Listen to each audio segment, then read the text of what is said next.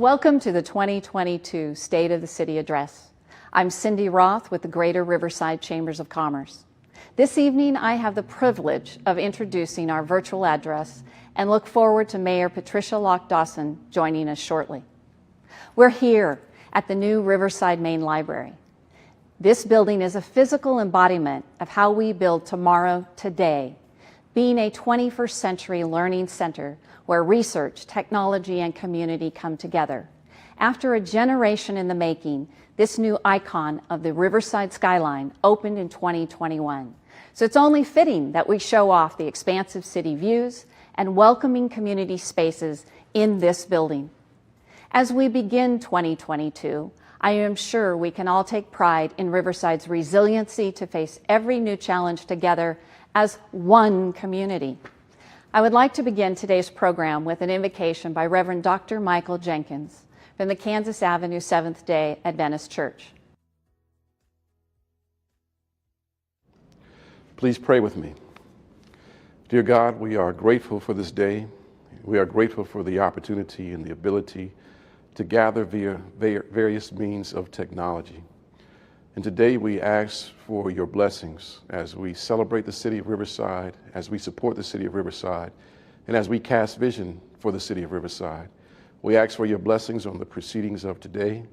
We ask for your blessings on our Mayor Patricia Lock Dawson, and we also ask for your blessings on the diverse citizens of the city of Riverside. And as we focus on a collective tomorrow, we are praying that your blessings result in a greater tomorrow for Riverside than today and yesterday. And we pray that as you bless us, that you would bless each person, each citizen of the city of Riverside, from the leadership to those who work in Riverside and all those who reside in Riverside, to use their gifts, their talents, and their abilities to give Riverside a better tomorrow. We thank you, God. Amen. The 2021 football season was historic for two Riverside teams. For the first time in history, Arlington High School advanced to the CIF State Championship, and California School for the Deaf Riverside advanced to the CIF Southern Section Division II Championship. To honor these victorious seasons, football captains from both Arlington High School and CSDR, Raymond Warhop and Christian Jimenez, to lead tonight's Pledge of Allegiance. I pledge allegiance to the flag of the United States of America and to the republic for which it stands, one nation, under God, indivisible, with liberty and justice for all. Thank you, Dr. Jenkins, Raymond, and Christian. We encourage you to post or follow along with us on social media throughout the night. Make sure to use the hashtags RivSOTC and RivBiz to join the conversation. At this time, I would like to recognize some of our generous platinum sponsors for their support.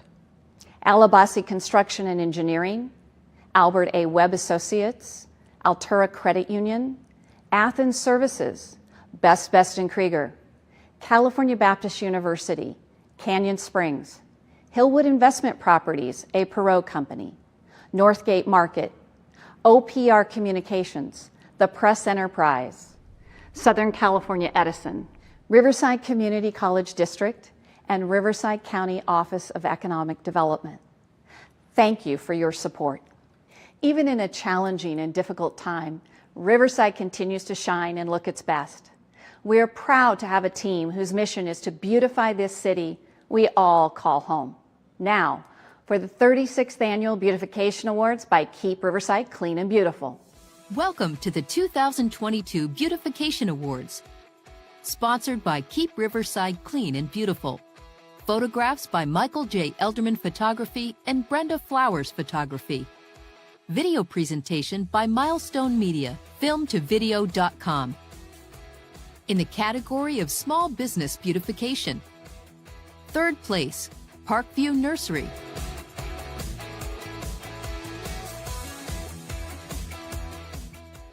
Second place, Lavis Tax Wealth Management.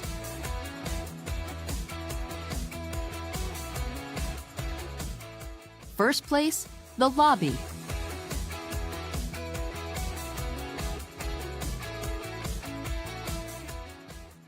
Maintenance of existing facilities and landscaping. Third place, Grant Education Center.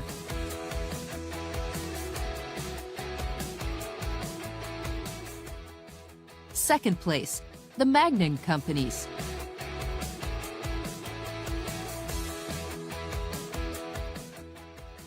First place, University of California, Riverside, Glenmore Housing. Exterior reconstruction with landscaping. Third place, Lincoln Business Center.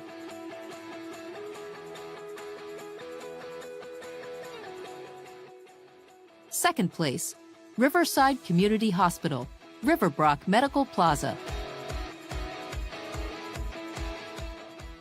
First place, Neighborhood Healthcare.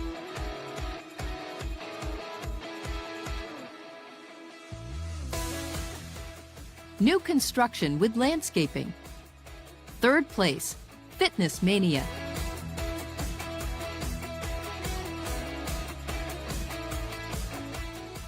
Second place, Magnolia Crossings.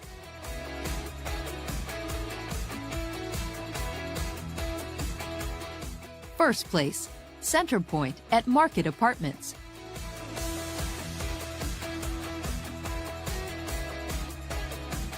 Sustainable design and innovation. With its gleaming glass frame, this new 30,000 square foot facility stands out like a jewel. This building is instrumental in maintaining the university's continued leadership in agricultural research for the coming decades. University of California, Riverside, Plant Research Facility. Historic and cultural preservation. This cemetery at the base of Mount Rubidoux is a window to Riverside's past as a place where history and community come together. The cemetery has preserved Riverside's beginnings with the final resting place of early settlers and community leaders, such as John Wesley North, Frank Miller, and Eliza Tibbetts at the foot of the mountain. Evergreen Memorial Historic Cemetery. Chairman's Award. Hats off to the awe-inspiring additions and beautiful landscaping completed throughout several school campuses this past year. Riverside Unified School District renovations. Harrison Elementary, John Adams Elementary, Madison Elementary, Thomas Jefferson Elementary, and Riverside Polytechnic High. Mayor's Award. Taking a walk on the historic Main Street pedestrian mall in the heart of downtown, 6 stunning statues anchor this walkway and honor iconic figures of both local and international acclaim. Civil Rights Walk on Riverside's Main Street Mall. Cesar Chavez, Mahatma Gandhi, An Chang Ho, Dr. Martin Luther King Jr., Eliza Tibbetts, and Staff Sergeant Ismael R. Villegas. Award of Distinction. Riverside's newest state-of-the-art building houses one of the largest and most advanced vehicle emissions testing and research facilities in the world. The architecture is LEED Platinum certified and to date, the single largest net zero energy structure in the nation. The new California Air Resources Board, Southern California headquarters.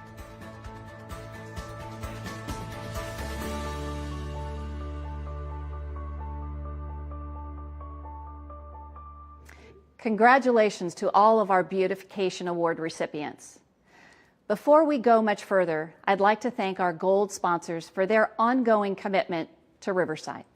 Bank of America, Burtech Waste Industries, California State University, San Bernardino, Fifth Third Bank, Gresham Savage, The Grove Community Church, Inland Empire Health Plan, Kaiser Permanente Medical Center, Riverside, La Sierra University, Majestic Realty, Mission Grove Plaza, Pacific Premier Bank, Provident Bank, Riverside Convention and Visitors Bureau, Riverside County Office of Education, Western Municipal Water District, University of California, Riverside, and Verizon Wireless.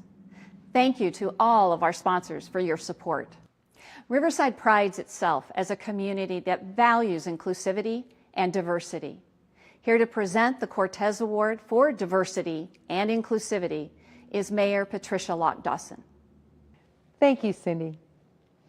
The Dr. Carlos E. Cortes Award for Championing Diversity and Inclusivity is named for a UCR Professor Emeritus of History who was recognized as the single most influential force in shaping the City of Riverside's inclusivity statement. Receiving the Dr. Carlos E. Cortes Award for Championing Diversity and Inclusivity is Dr. Vien Doan. As a young teenager, Vien and his family were Vietnamese refugees in California before being sponsored by a family in Des Moines, Iowa. It was here Vien began forming a dream of serving those beyond the borders of his new home in America. 10 years later, Vien became a doctor and returned to California to complete his medical residency. In the early 1990s, Dr. Doan founded a free community clinic to serve the health needs of new immigrants, and by 1994, the free clinic was a self-sufficient success. Dr. Doan went on to establish the Good Samaritan Medical Dental Ministry that today is the largest America to Vietnam medical mission, with over 100 volunteers bringing much-needed health care to those in remote villages in Vietnam. In 2014, Dr. Doan was appointed by former Mayor Ron Leveridge to lead the Riverside Can Tha Vietnam Sister City Committee. After nearly 10 years in this role, Dr. Doan has been one of Riverside's premier international humanitarians. In mid-2021, when COVID-19 raged across the country of India, Dr. Doan jumped into action, leading efforts with our Hyderabad, India Sister City Committee to raise $30,000 in donations for purchasing and transporting ventilators, oxygen concentrators, and other COVID aid from Riverside to Hyderabad. His work has and continues to save lives. Dr. Doan is tireless, passionate, and committed, and above all, worthy to be honored for his hand in making Riverside and our world a healthier and fairer place. With deep gratitude, I thank Dr. Vien Doan for his dedication to our city and present him with this honor. Good evening, ladies and gentlemen. Mayor Lock Dawson, I am extremely honored to be receiving the prestigious Carlos E. Cortes Award tonight. Mayor Lock Dawson, I am earnestly grateful for the recognition. I am humbled to receive it. I came to America as a teenager at the end of the Vietnam War with the help of the U.S. Navy. I knew nothing about this country other than her name. Nearly 40 years later, I am proud to say that America is the greatest nation on earth, and the generosities of the American people are unmatched. It was precisely that generosity that the Womack's family from Des Moines, Iowa, took our family in to their home, fed us, clothed, and showed us their genuine Christian faith. Soon, I too found that faith and the reasons for my existence today. No longer was I a poor, lost refugee, but a child of God on a mission to touch all the lives that God put in my path. This pandemic has taken nearly 1 million American lives, and countless others are shattered. But through tragedies, we saw and felt the heart of the people in our communities. At the very beginning of this pandemic, when PPEs were so scarce, I put out a call, and people gathered in their own homes and churches, making tens of thousands of masks, shields, gowns for our frontline workers. When our healthcare workers were so exhausted they didn't have any time to eat, our communities rose up and brought them 5,000 restaurant meals. But we didn't just look after our own needs. Television images of people dying on the street of India brought our community together again, raising large sums of money to send PPEs and life-saving equipment to the people we did not know and will never meet. That is the spirit and generosity of the American people. I thank my lovely wife for standing beside me every step of the way. Her devotion, creativity, and resourcefulness carry me through all my challenges. I want to thank my children, Luke, Ashley, and Courtney, for their love and devotion to their dad. I dream up all these things that I want to do, but it is them that made it happen. Thank you, and God bless you. Congratulations, Dr. Doan. The strength of our community lies in the partnerships that draw us together. With times of both struggle and triumph, 2021 proved to be a year of change for Riverside. Let's look back at the year to see how we came together to build tomorrow today.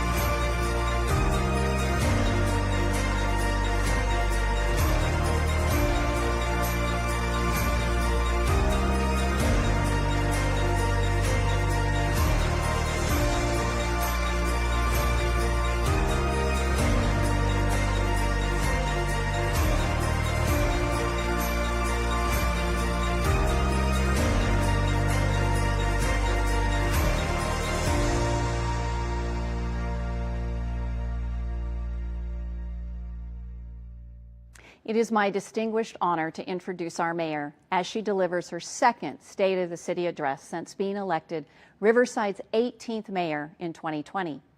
As a Riverside native and small business owner, she has dedicated her career to advocating for Riverside and serving its residents.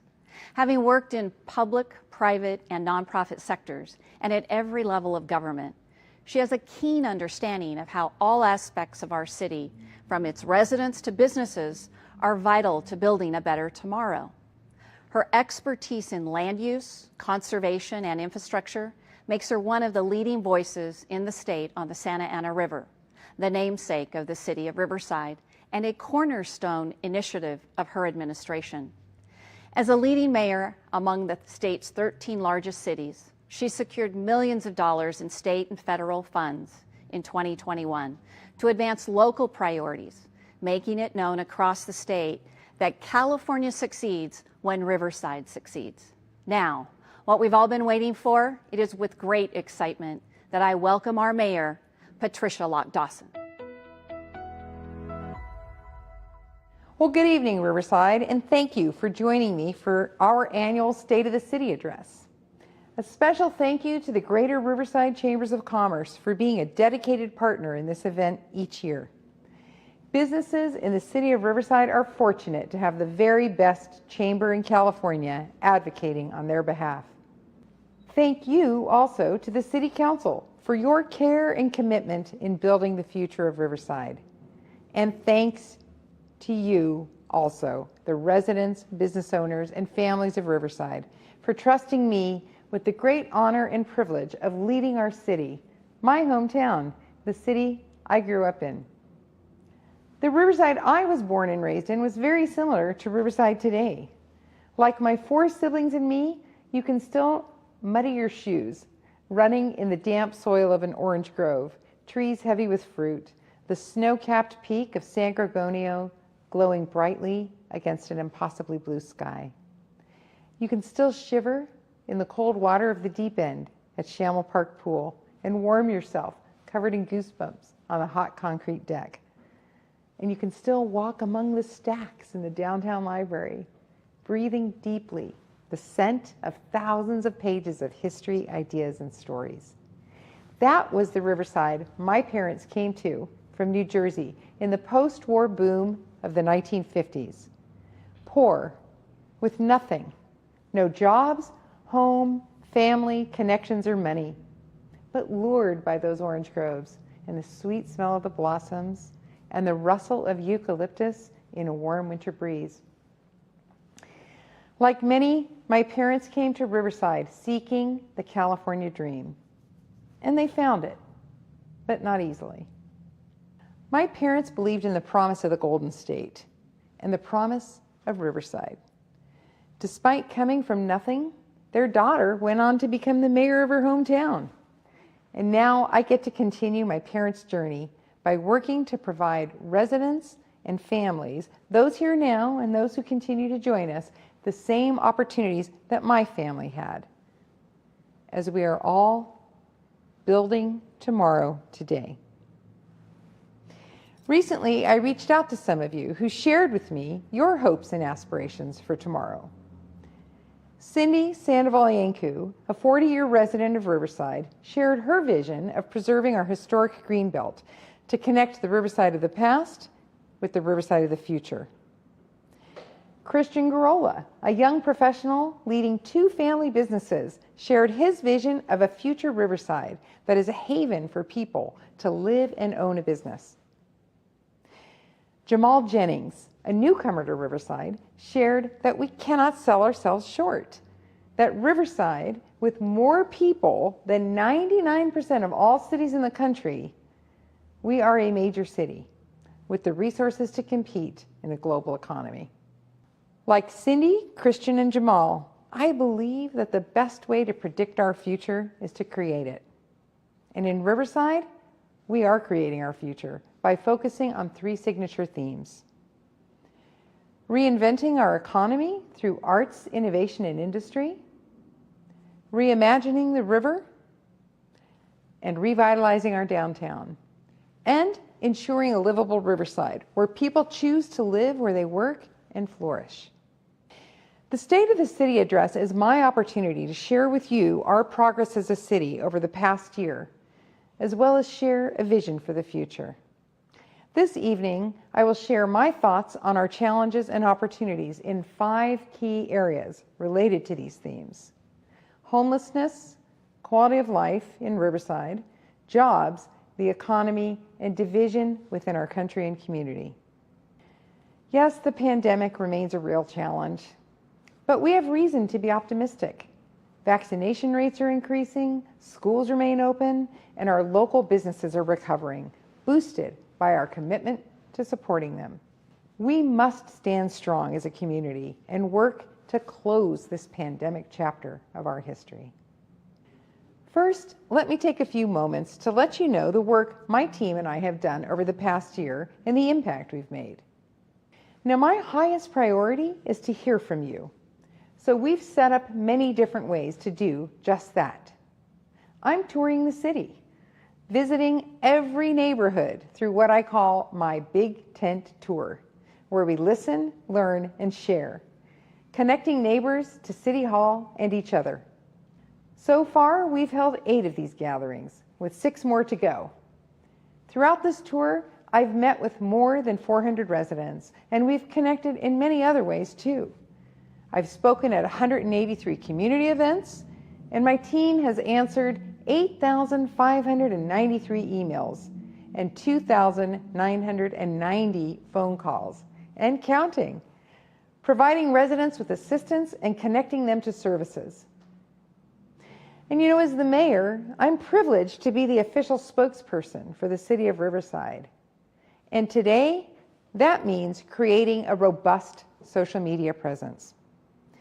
This year, we've connected with nearly 7 million people 7 million, through Instagram, Twitter, and Facebook.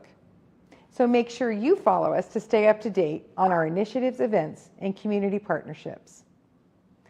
Like the Military Wall of Honor.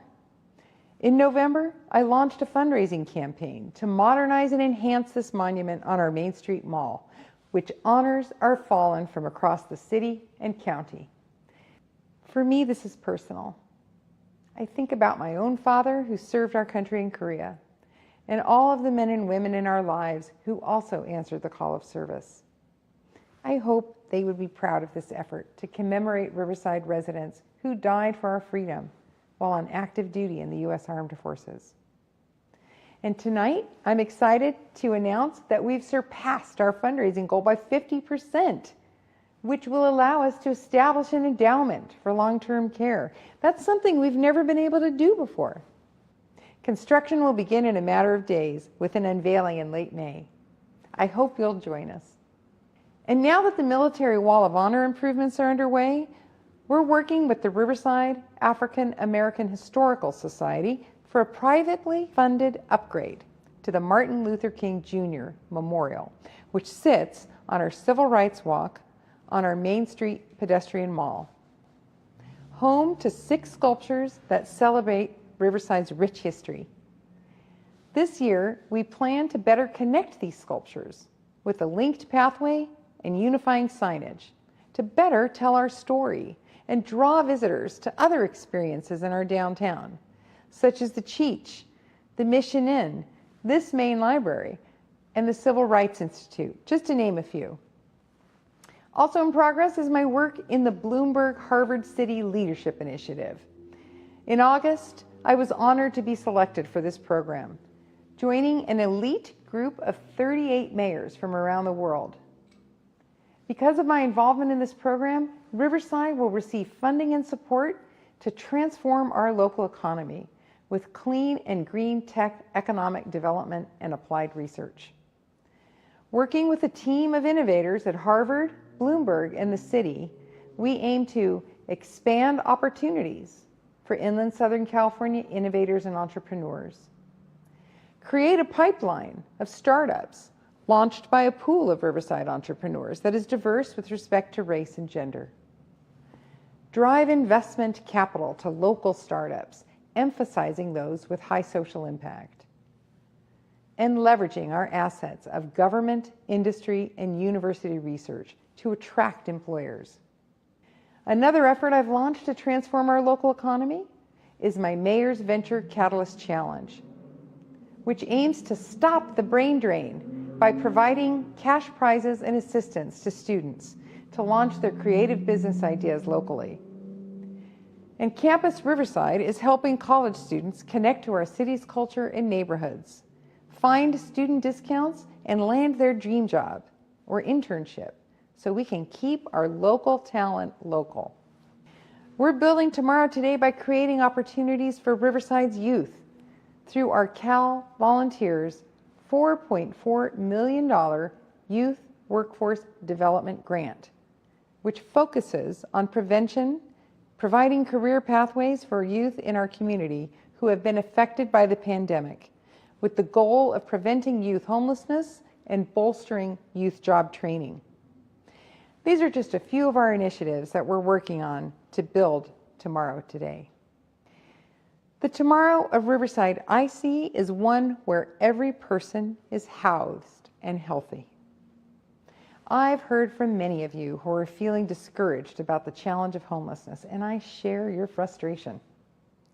It's the #1 challenge facing our city and our state today, affecting people like Alice, or at least that's what I've taken to calling her. Alice lives behind the dumpster in the business park around the corner from my house. I see her every day, unkempt hair, face dirty. Sometimes she talks on an imaginary cell phone or has conversations with people I don't see. When it rains, she wraps a black trash bag around herself. She started limping a couple of weeks ago, and she is really struggling to walk now. Alice has resisted every offer of service that we have given her. You all know Alice, the person who hangs out on the street corner, hollering, pulling her pants down, while you cross to the other side of the street and shake your head, thinking, wow, I wish the city would do something. And we are.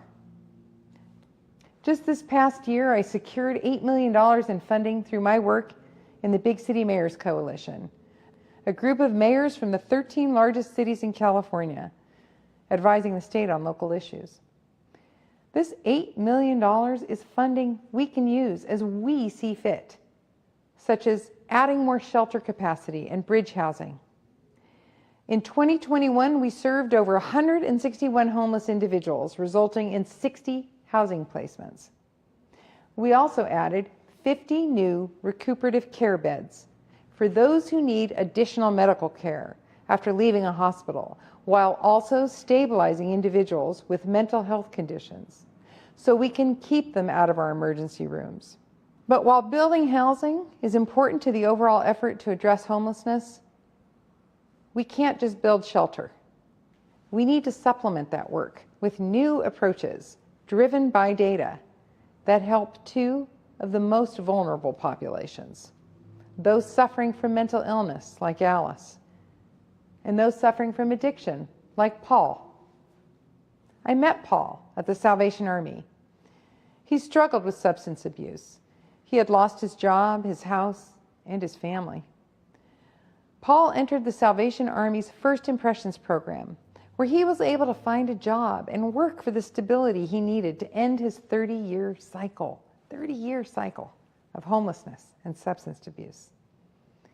He went from homeless to housed and now works with the Salvation Army to assist those in similar circumstances. We know through the success of Paul and those like him that this program works. And I believe we should start with what's already working and build on that rather than start from scratch. So this year, I'm hoping to expand the Salvation Army's efforts with a $1 million grant from the state's Clean California Grant Program. We've partnered with the Governor's Office, Caltrans, and the Salvation Army to increase the number of participants while also beautifying our city through litter removal and tree planting. And finally, let me be clear. Our state has a mental health and substance abuse crisis. And too often, people who need treatment decline assistance or do not have the capacity to accept it. That needs to change. Change in the form of new legislation and partnerships with the county and state. This could include expanding conservatorships, providing more facilities to address mental and behavioral health issues, and expanding regional efforts to address the need across our county. This year, I'll work with my fellow big city mayors and mayors from our surrounding local cities to push for meaningful state legislation that will make a difference. We must make it easier to help those who cannot help themselves and ensure proper mental health care and rehabilitation is being provided for Alice and those who need it most. Of course, to be able to provide for our residents, we must have a strong economy. And I'm pleased to report that Riverside's economy is thriving, creating opportunities like no other time in our history, particularly through private investment. This past year, I created an economic advisory council comprising industry leaders and business owners from a diverse array of sectors and backgrounds to advise me on the types of initiatives and incentives that will create fertile conditions for business and job creation. Their advice and insights have challenged me to rethink our approaches to attracting and retaining businesses, while rewarding and growing the businesses that have already chosen Riverside as their home. Our city is ready for the international stage, to be a global center for clean and green technology jobs and research, an ecosystem of businesses and entrepreneurs focused on emissions research, air quality, engine manufacturing, and renewable energy. We have all the elements in place, geographically concentrated near each other. The California Air Resources Board, Southern California headquarters, the University of California at Riverside, and the city's Arts and Innovation District. And we have the factors common to other successful cluster initiatives: industry-driven, university-fueled, and government-funded, all positioning us for explosive growth in this sector. The City Council recently approved a master plan for our Arts and Innovation District. This district spans 220 acres and is bound by the 60, 215, and 91 interchange, providing more spaces for our clean and green technology cluster to grow. Like UC Riverside's Oasis project. This past year, my office supported a successful community effort that awarded Oasis $1.5 million of federal funds to be used for site planning and workforce development training for the Oasis Clean Technology Park. I'll continue to encourage investment in Riverside, as I did recently with the UCR Office of Technology Partnerships. I met with international entrepreneurs to showcase Riverside's entrepreneurial ecosystem, driving home the point that we have everything they need to help them launch into the U.S. market right here and right now in Riverside. Entrepreneurs like Tradish, who launched a food delivery platform allowing at-home chefs, many of whom lost their jobs over the course of the pandemic, to enter the home-to-home food sharing economy. Tradish, initially from Canada, chose to move to Riverside because we were among the first to approve the operation of micro-enterprise home kitchens. To support a thriving economy, we must have a dynamic downtown with eclectic and diverse food and entertainment options and a flourishing arts scene. Art is more than just beautification. It's a true economic driver. Did you know that for every dollar spent on arts-related entertainment, $3.35 comes back to our local economy? The city is expanding its investment in the arts with multiple new large-scale murals, such as the 3-story mural painted by Darren Villegas just beyond this window, and several others slated to take place this spring, not just in downtown, but across our city. And this summer, we'll see the opening of the Cheech Marin Center for Chicano Art and Culture, an international sensation that will breathe new life into downtown's art scene.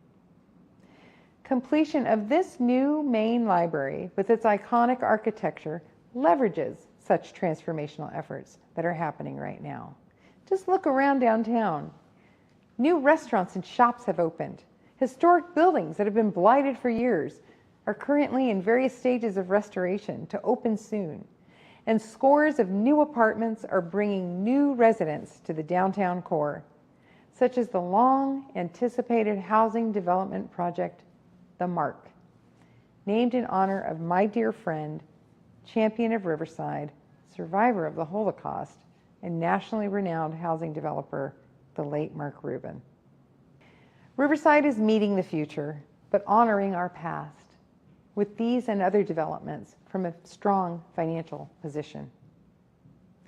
We've made good on our promise of responsible fiscal stewardship at the city, a promise I also made to Riverside while campaigning to be your mayor. But we also have you, our community members, to thank for helping our city maintain its fiscal strength. A huge thank you is in order to our residents for your commitment to buy local, which has generated a surplus in our city budget. COVID threatened to wreak havoc on local governments across the nation, but in Riverside, we've seen the opposite. Our sales tax revenues increased 15% year over year. As a result, Riverside expects a budget surplus of $7 to $10 million when this fiscal year ends June 30th. A robust economy also ensures that we have the financial resources to preserve and maintain our quality of life. I want every resident of our city to feel safe walking our streets and trails and neighborhoods. Decreasing and deterring crime must be a key priority. Here in Riverside, we're grateful to and supportive of our first responders. To our police officers, we thank you for ensuring our safety daily. To our firefighters, we thank you for responding to our emergencies quickly and effectively. Rest assured, we will continue to provide the Riverside Police and Fire Departments with the tools they need to be successful in keeping our city safe. Like we have this past year, using Measure Z funds for what they were intended. $10 million for new police helicopters and $2 million for 2 new fire engines. Ensuring a livable Riverside means ensuring a place that shines and thrives and draws new residents like it did my parents. A city that instills pride of place without reservation and gives hope. To that end, we're focusing on issues like road improvements, sustainability, and barriers to housing. Since I was elected mayor in 2020, we've allocated more dollars for infrastructure projects than in the last 15 years. In 2021 alone, nearly 25 miles of road were repaved, 100,000 square feet of new sidewalks installed, 300,000 square feet of potholes repaired, and over 12,000 street trees trimmed, with more to come this year, as Riverside will directly benefit from the recently passed federal infrastructure law. You may have heard that Riverside is charged by the state with zoning for 18,000 new housing units in the next 8 years. That doesn't necessarily mean they will be built, but we need to plan to accommodate them. This is a challenge, and we plan to meet that challenge by managing future development, traffic, and density responsibly, as well as ensuring affordability. You know, beyond just meeting our responsibilities, we also have big opportunities, like reimagining the river that runs along our great city. It's an asset we've left untapped or underutilized for too long. 11 miles of nature, parks, trails, and open space. With the support of my colleagues and co-chairs, Councilmember Edwards and Councilmember Hemingway, I launched the Santa Ana River Working Group, which was tasked with answering the following question. What would it look like for the city of Riverside to transform its reach of the Santa Ana River into a driver for economic growth and a destination to be enjoyed by families for generations? This committee's work, and I thank them for this, ultimately led to detailed recommendations, including surveying residents, exploring the creation of a community-led group to continue our work, and identifying potential development opportunities and constraints along the river, and more. The working group's effort builds on the Riverside Gateway Project, a $1.7 million planning effort that I brought to the city prior to becoming mayor. This project identifies 9 areas along the river for park improvements, such as trailheads, restrooms, and connecting trails. Community input will ultimately determine exact amenities. But stop for a moment now and imagine, if you can, sipping a cold drink on a shaded patio, warm breeze on your skin, birdsong surrounding you, enjoying the scenery of the wild and beautiful Santa Ana River. Festivals, bike paths connected to downtown, breweries, bike rentals. Let your imagination run wild, just like the river. Now, finally, I want to turn to what I am probably most passionate about and what I hope all leaders are deeply concerned about today: bridging the division in our society. For we cannot dream of, much less build tomorrow, if we cannot come together. Our country, our democracy, our city is threatened by divisions, a crisis we cannot ignore. This past year, I launched the Mayor's Bipartisan Forum, enlisting 14 community members with diverse, even opposing political ideologies to help drive solutions to our city's mental health and homelessness crisis. I want to thank them for their goodwill and commitment to our city.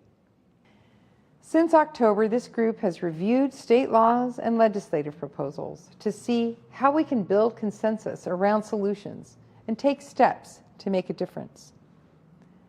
Riverside is leading the discussion. The Bipartisan Forum is now working with our state and county leaders to push for legislative changes using data from other cities as a guide for best practices that can be implemented statewide. The governor and several other mayors in California have expressed interest in our forum's work, and I've joined my colleagues in San Diego and Oakland to lead on this issue through our Big City Mayors Coalition. The bipartisan forum demonstrates the power of transcending the partisanship that has so gripped our nation. Their work should give us hope. In my campaign for mayor, I ran on a nonpartisan platform for a nonpartisan office. I have governed and will keep governing as a mayor for all Riversiders. While we can't control what happens nationally, and we shouldn't presume to try, we can exert influence on our own attitudes here at home. We should set aside ideologies in favor of pragmatism. I've relied on this method for over 2 decades in public office, and it's never let me down. We in Riverside, as the largest city in inland Southern California, can strive to set an example and be a model for others. I won't tolerate Riversiders feeling excluded, rebuffed, marginalized, or unrepresented. We can make everyone feel welcome, valued, and heard, and we can cooperate to aspire to create tomorrow today. I remain committed to listening to every resident. Know that my door is open. And finally, I close with this. My challenge to you this evening is to reach across the aisle. Talk to someone whose views are different than yours and listen. Hear their story. Maybe congratulate public officials of different parties who cross the aisle and compromise to solve problems. For we will never help Alice or those like her, nor make good on the hopes of Cindy, Christian, and Jamal. The only way we can build tomorrow today is by cooperating. That doesn't mean agreeing on everything. That means working together towards a shared vision of success.